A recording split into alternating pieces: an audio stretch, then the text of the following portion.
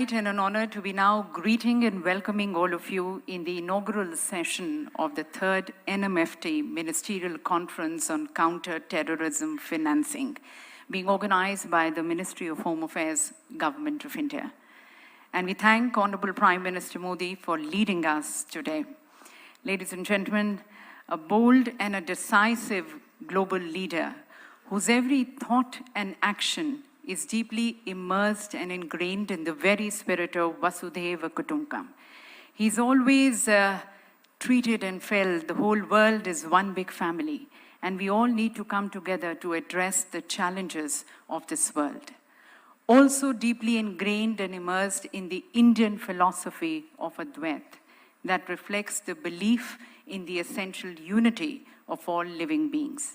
A thought that can provide us a way out of many conflicts, challenges, and dilemmas rife in this contemporary world.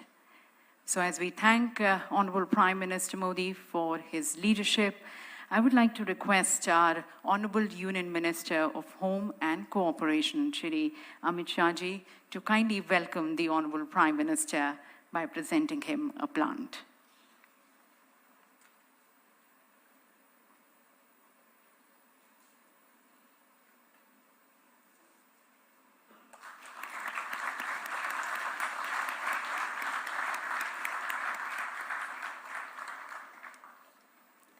Thank you, Honorable Minister, sir.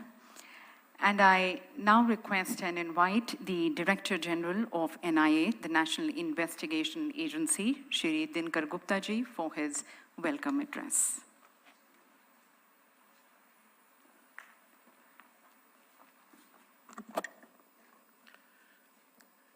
Honorable Prime Minister of India, Shri Narendra Modi ji, Honorable Union Home Minister and Cooperation Minister, Shri Amit Shah ji, Honorable Minister of State for Home, Shri Nityanand Rai ji, Mr. A.K. Doval, National Security Advisor, Union Home Secretary Shri A.K. Bhalla ji, Excellencies, Honorable Ministers, Heads of Delegations, representatives of international and multilateral organizations, distinguished guests, ladies and gentlemen.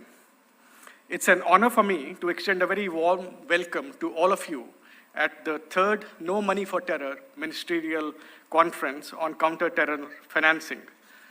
On behalf of the Ministry of Home Affairs, the National Investigation Agency, and the people of India.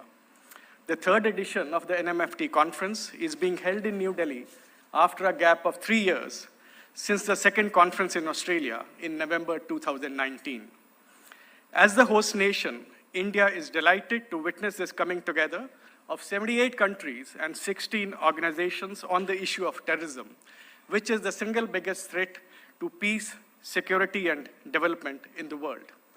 Your presence here today is indeed a manifestation of our collective will and determination to fight the menace together. It's an honor and a privilege for me to extend a very warm welcome to the Honorable Prime Minister of India, who has kindly consented to inaugurate this conference.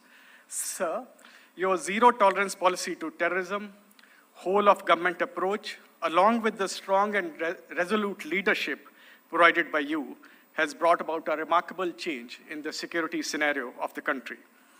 Ladies and gentlemen, I'd like to share with you that there has been a significant reduction in terrorist activity in India during the leadership of the Honorable Prime Minister in the last 8.5 years.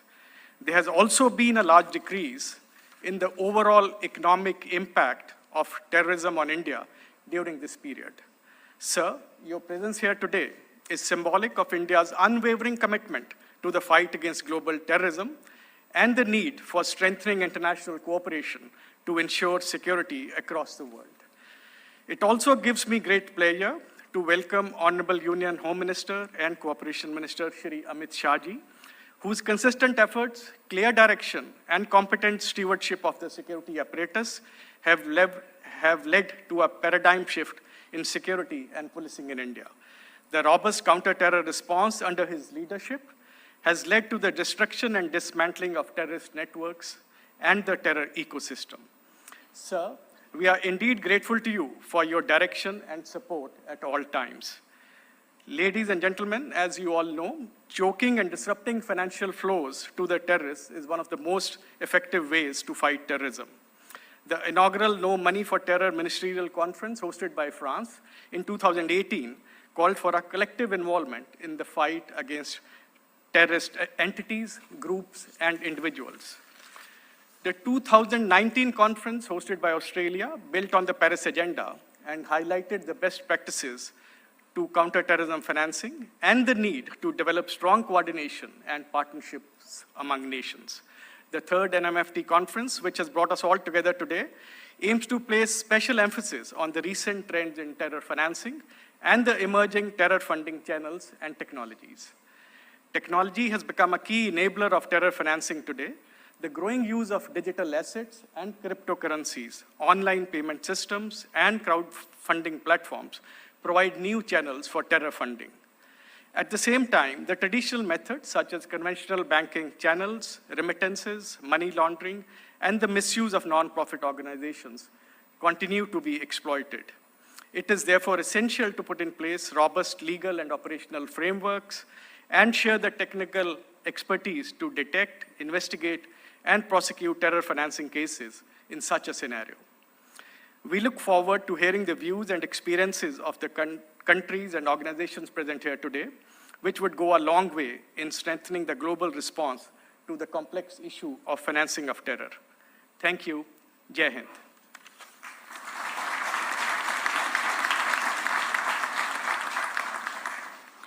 Thank you, sir, for your insightful views and your welcome remarks. And now, ladies and gentlemen, as we seek to be led and guided by the Honorable Prime Minister, please join me as I request Honorable Prime Minister Modi for his inaugural address.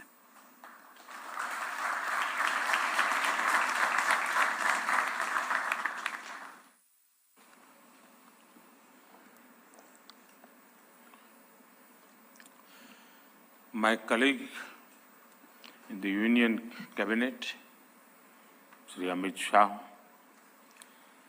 distinguished dignitaries, delegates from different countries, members of investigative agencies and security forces from across the world, and my dear friends, I welcome you all to the third Ministerial Conference on Counter-Terrorism Financing. Friends, it is significant that this conference is happening in India. Our country faced the horrors of terror long before the world took serious note of it. Over the decades, terrorism in different names and forms tried to hurt India. We lost thousands of precious lives, but we have fought terrorism bravely. The delegates have a chance to interact with a country and people who have been firm in tackling terror. We consider that even a single attack is one too many. Even a single life lost is one too many. So, we will not rest till terrorism is uprooted. Friends, this is a very important gathering. It should not be seen as a gathering of ministers only, because it deals with a subject that impacts entire humanity.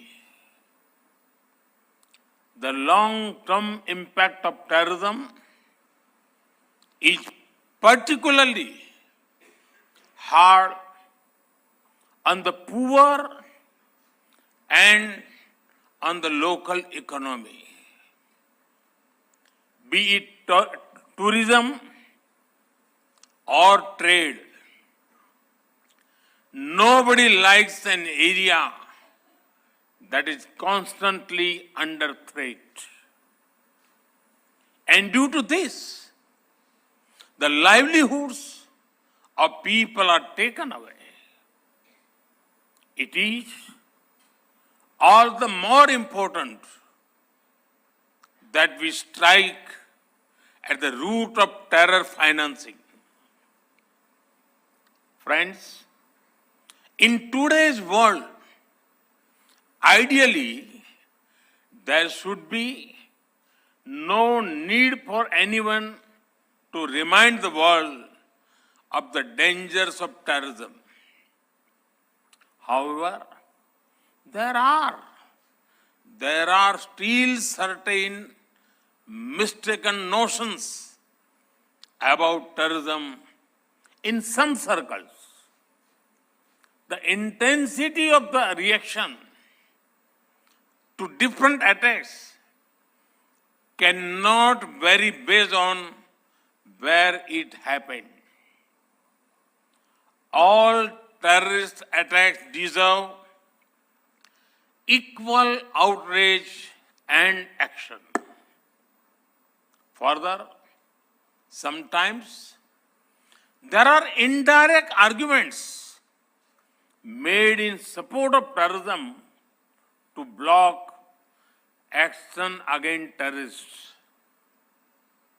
There is no place for an ambiguous approach while dealing with a global threat.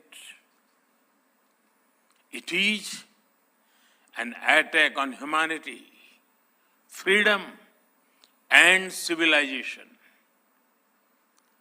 It knows no boundaries. Only a uniform, unified, and zero-tolerance approach can defeat terrorism. Friends, fighting a terrorist and fighting a terrorism are two different things. A terrorist may be neutralized with weapons. Immediate tactical responses to terrorists may be an operational matter, but tactical gains will soon be lost without a larger strategy aimed at hurting their finances. A terrorist is an individual, but terrorism is about a network of individuals and organizations. Uprooting terrorism needs a larger proactive response. If we want our citizens to be safe, then we cannot wait until terror comes to our homes. We must pursue terrorists, break their support networks, and hit their finances. Friends, it is well known that terrorist organizations get money through several sources. One source is state support. Certain countries support terrorism as part of their foreign policy. They offer political, ideological, and financial support to them. International organizations must not think that the absence of war means peace. proxy wars are also dangerous and violent. There must be a cost imposed upon countries that support terrorism. Organizations and individuals that try to create sympathy for terrorists must also be isolated. There can be no ifs and buts entertained in such matters. The world needs to unite against all kinds of overt and covert backing of terror. Friends, one of the sources of terror funding is organized crime. Organized crime should not be seen in isolation. These gangs often have deep links with terrorist outfits. The money made in gun running, drugs, and smuggling is pumped into terrorism. These groups help with logistics and communication too. Action against organized crime is extremely important in the fight against terror. At times, even activities like money laundering and financial crimes have been known to help terror fundings. Fighting it needs global collaboration. Friends, in such a complex environment, the United Nations Security Council, Financial Action Task Force, Financial Intelligence Units, and the Egmont Group are boosting cooperation in preventive detection and prosecution of illegal fund flows. This is helping the war against terror in many ways over the past 2 decades.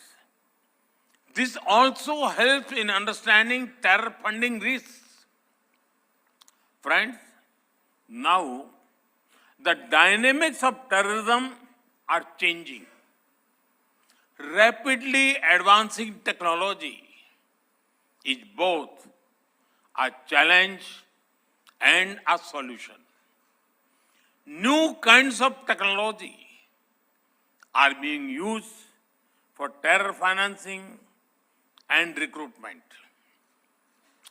Challenges from the darknet, private currencies, and more are emerging. There is a need for a uniform understanding for new finance technologies. It is also important to involve the private sector in these efforts.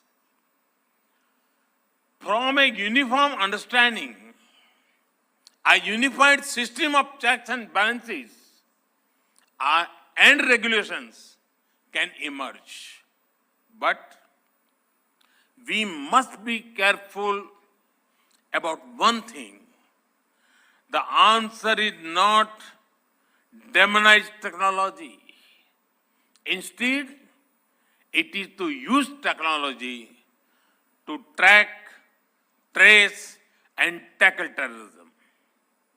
Friends, today, cooperation is needed, not only in the physical world, but also in the virtual world too. The infrastructure used for cyber terrorism and online radicalization is disturbing. Some also offer weapons training from a remote location and online resources, communications, travel, logistics. There are many links of the chain in different countries. each country can and must act against the part of the chain within the reach. Friends, many different nations have their own legal principles, procedures, and processes. Sovereign nations have a right to their own systems. However, we must also be careful not to allow extremists to misuse differences between systems. This can be prevented through deeper coordination and understanding between governments. Joint operations, intelligence coordination, and extradition help the fight against terror. It is also important that we jointly address the problem of radicalization and extremism. Anyone who supports radicalization should have no place in any country. Friends, over the last few months, many conferences have been held in India relating to different dimensions of security. India hosted the General Assembly of the Interpol in New Delhi, a special session of the United Nations Security Council Counter-Terrorism Committee happened in Mumbai. At this No Money for Terror conference, India is helping build global momentum against terror funding. Our intention is to bring the world together in taking the war against terrorism to the next level. Friends, I wish all the participants success in the deliberations over the next few days.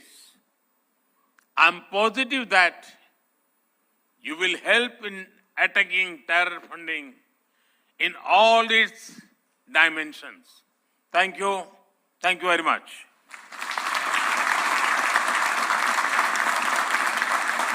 Thank you, Honorable Prime Minister, sir, for your global vision, your resolve, and your clarion call for a collective, effective zero-tolerance approach, and your deep guiding insights into tackling the menace of terrorism and terror financing. Thank you, Honorable Prime Minister, sir, for your guiding message. And as we express our gratitude and appreciation to the Honorable Prime Minister, may I request once again our Honorable Union Home and Cooperation Minister, Shri Amit Shah ji, to please present a memento to the Honorable Prime Minister.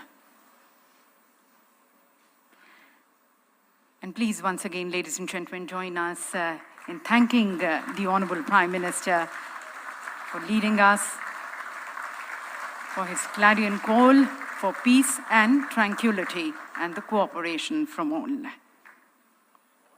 Thank you. With that, once again, thank you to the Honorable Prime Minister. With that, we conclude the inaugural session.